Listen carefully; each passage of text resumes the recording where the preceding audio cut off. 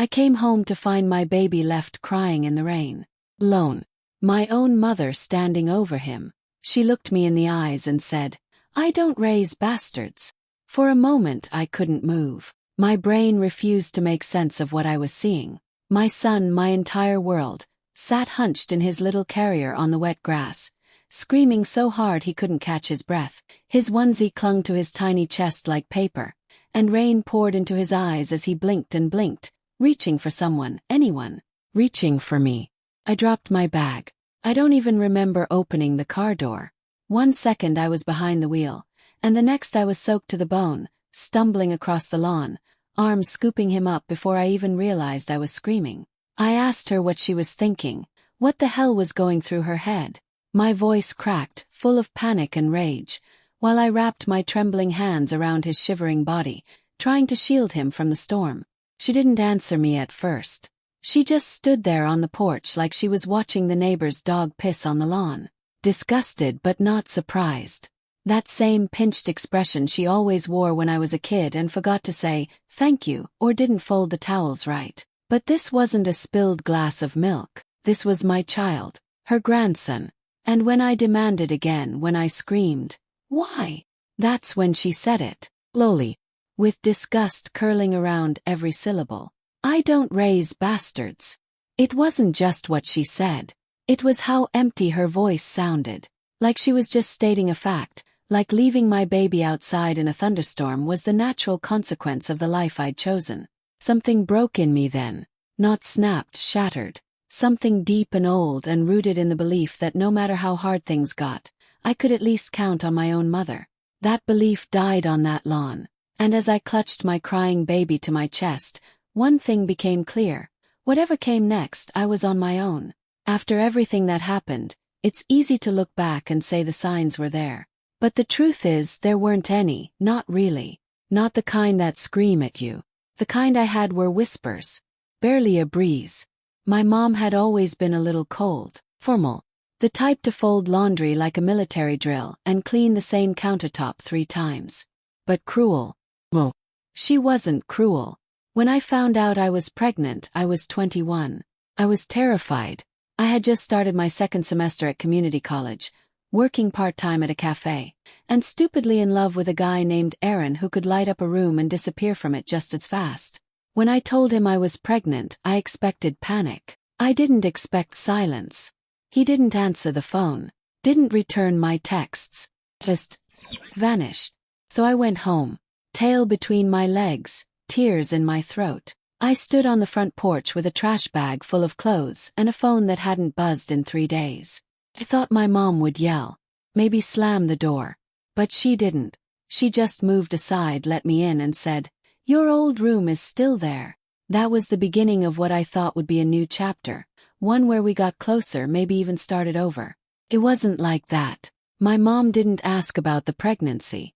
She didn't touch my belly or shop for baby things or talk about names. But she also didn't say anything ugly. She made dinner, kept the house warm, let me rest when the morning sickness hit hard. When I came home from shifts at the cafe, she had already washed my work clothes. Her love wasn't soft, it wasn't spoken, but it felt present. We weren't friends, but we were surviving. When the baby was born, she didn't come to the hospital. She said hospitals made her nervous.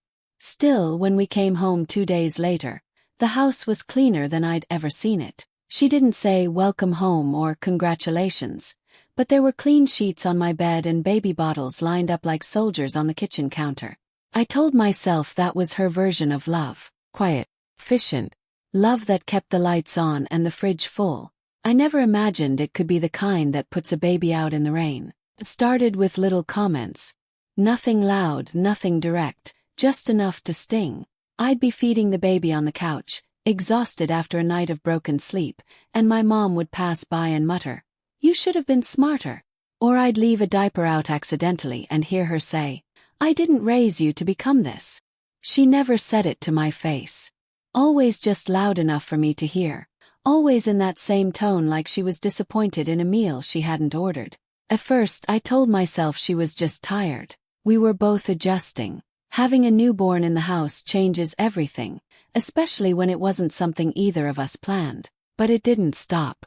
It kept coming, tiny jabs wrapped in passive-aggressive silence. She'd sigh when the baby cried, tap her fingers when I warmed a bottle too slowly, complain about the laundry never being done right. And when I tried to talk to her, she'd just say, "I'm doing my part. Don't expect a pat on the back." What hurt more was how my family started acting. My aunt stopped visiting. She used to drop by every other weekend with snacks and gossip and little gifts. But now her texts came less and less. Eventually she stopped answering mine at all. My cousin, who used to FaceTime me for baby updates, suddenly got busy. First I thought maybe they were just giving me space.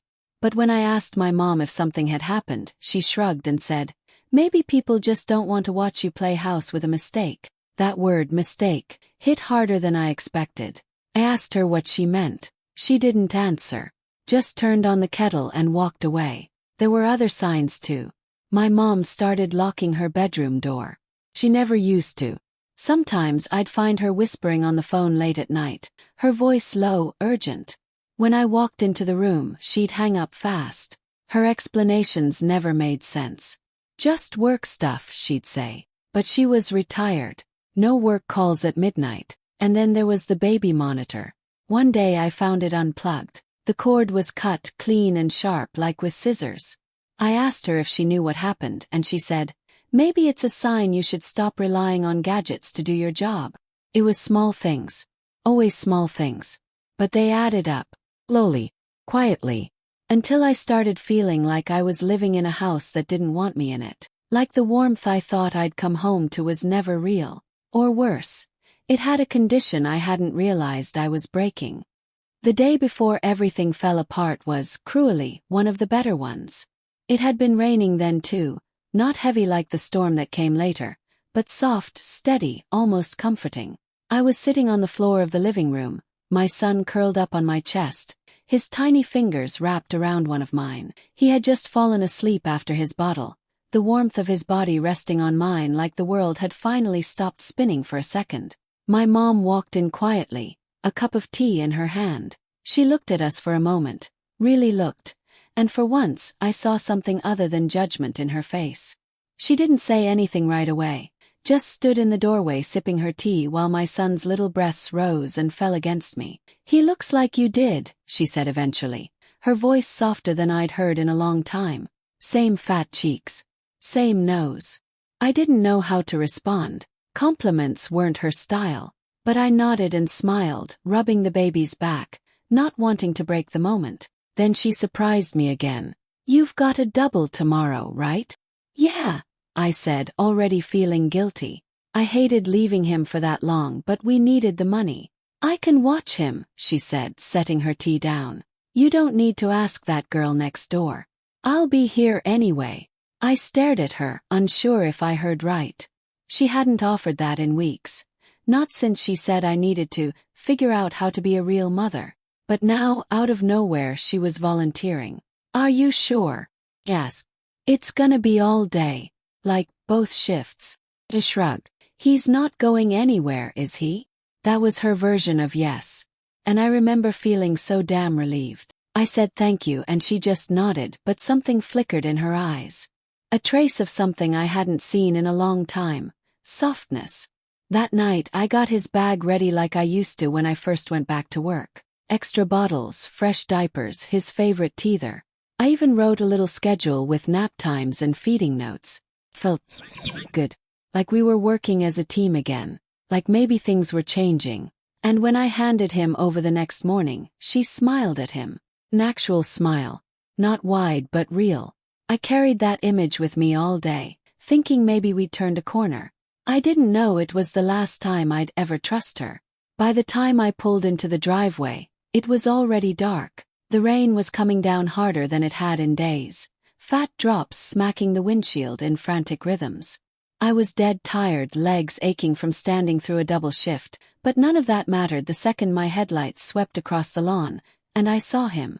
"My baby," I said, alone. At first I didn't believe it. I thought it was a doll or some neighbor's toy left in the yard. But then I saw his arms flailing, his mouth open in a silent, exhausted cry, his soaked clothes clinging to his tiny body. I don't even remember opening the car door. I just remember running. I nearly slipped on the wet grass, falling to my knees beside him. His skin was freezing. His cries were raw, broken, like he'd been screaming for hours.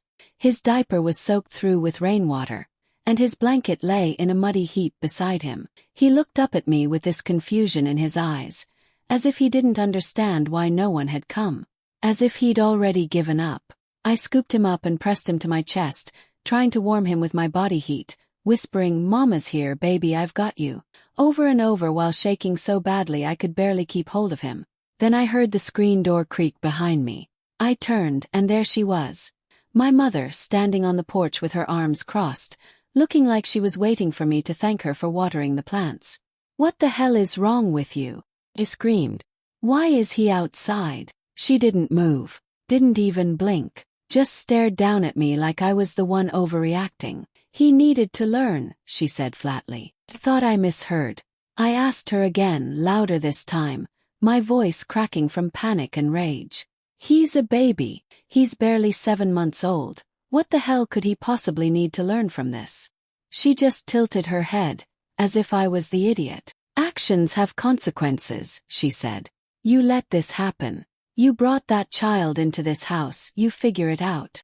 I couldn't believe what I was hearing. My knees were still on the cold, soaked ground, my son shaking in my arms, and this woman, his grandmother, was standing there like it was all some moral lesson.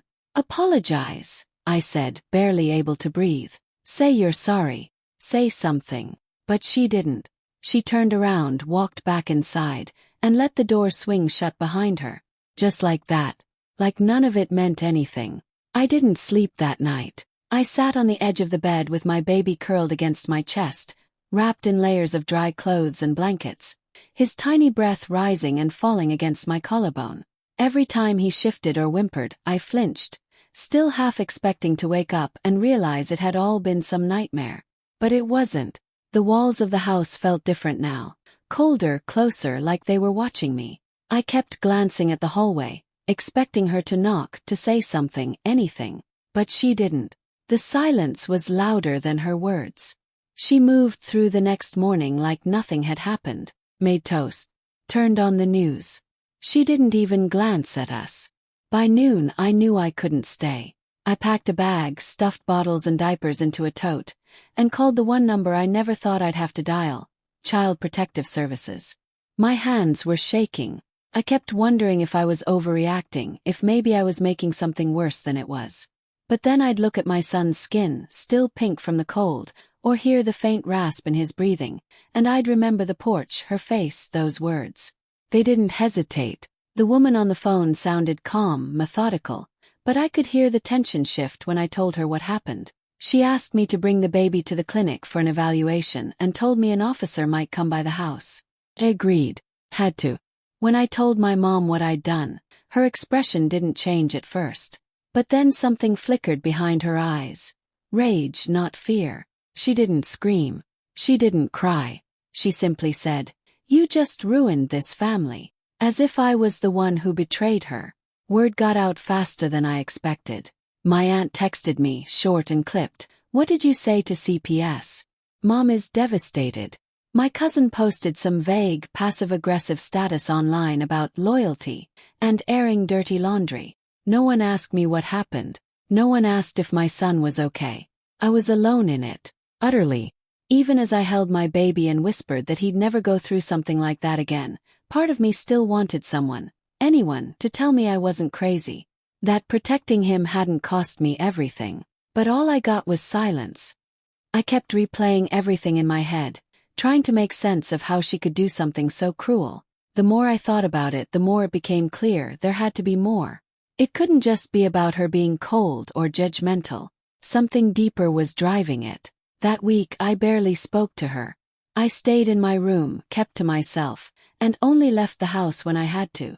Every moment under the same roof felt like a ticking clock. She acted like nothing had changed, like I hadn't called CPS, like my son hadn't nearly been harmed. That detachment made it worse. It made me feel like whatever love she once had for me was long gone.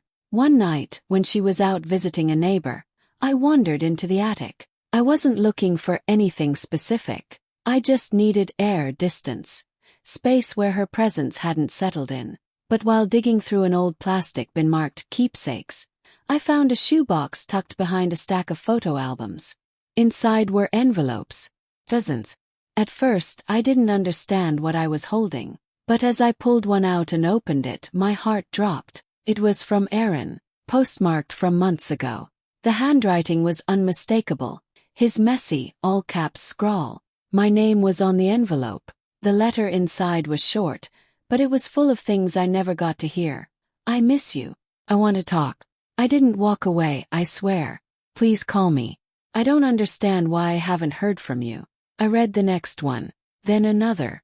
They kept coming, weeks apart, getting more confused, more desperate. One even said he was trying to come see me in person, but he thought I didn't want to be found. My throat tightened. I couldn't believe what I was holding. She had kept them, hidden them. Never told me, he wrote. When she came home, I didn't wait. I went downstairs and threw the box on the table. She didn't even pretend not to know what it was. She just stared at it and said, "He was trash." I wasn't going to let him drag you down any further. I asked her how she could do that, how she could decide that for me. Her answer was sharp, unbothered. You got knocked up by some loser you barely knew. I wasn't going to indulge the fantasy that it was anything more. That was the truth. She never believed me when I said Aaron was the father. She assumed I'd lied, that it was a one-night mistake I was too proud to admit. And instead of asking, she buried the truth, along with every letter that could have changed everything. I didn't sleep after finding those letters. My heart raced for hours, flipping through each one again and again, memorizing his words like I could somehow make up for the time I'd lost. I knew it was possible he'd moved on, forgotten me, maybe even started a new life, but I had to know. I had to hear it from him. Using the return addresses, I traced one back to a small apartment complex just outside the city. The building manager was hesitant at first, but when I explained I was trying to reconnect with someone who had no idea I'd been kept from him, he softened. Aaron still lived there. I wrote down the unit number and drove there the next morning with my baby in the back seat, bundled tight and sound asleep. I knocked, barely breathing. When the door opened, it was like stepping back in time. He looked different, older, tired, but it was him. Aaron. His eyes met mine, and for a second he didn't move. Then his voice cracked. Wait, is that really you? He nodded. I didn't know what to say. I reached into my bag and handed him one of the letters. His own words staring back at him. He took it, glanced down, and then looked at me again, his face tight with something between confusion and disbelief. I thought you didn't want to see me, he said quietly. I thought. You changed your number. Called. I wrote. I even came by your mom's house once, but she said you moved out, that you didn't want to be found. My stomach turned. She hadn't just hidden the letters. She'd actively kept him away. She lied to both of us, I said. I never got anything. Not the letters. Not the calls. I thought you disappeared. He took a step back, motioned for me to come inside. I hesitated, then carried the baby in. Aaron stared at him for a long time. His face shifted in slow, stunned layers, from shock to recognition to something deeper. Is he? He nodded. Your son. He walked over slowly, kneeling beside the stroller like he was afraid to breathe too loud. The baby blinked up at him, curious but calm, and Aaron let out a shaky laugh. God, he looks like my little brother when he was a baby. I missed all of this. I sat down on the couch, emotions crashing into me from every direction. Relief, grief, guilt. But underneath it all was one steady truth. I had been robbed of time, and so had he. And somehow we both still wanted to reclaim it. We didn't waste time. The day after Aaron met his son, we sat down together and made a plan, not out of vengeance but out of necessity. He'd missed nearly a year of his child's life because of someone else's decision. We weren't going to let her take anything more. The first step was legal. We filed for full custody, listing Aaron as the father. We also applied for a restraining order against my mother.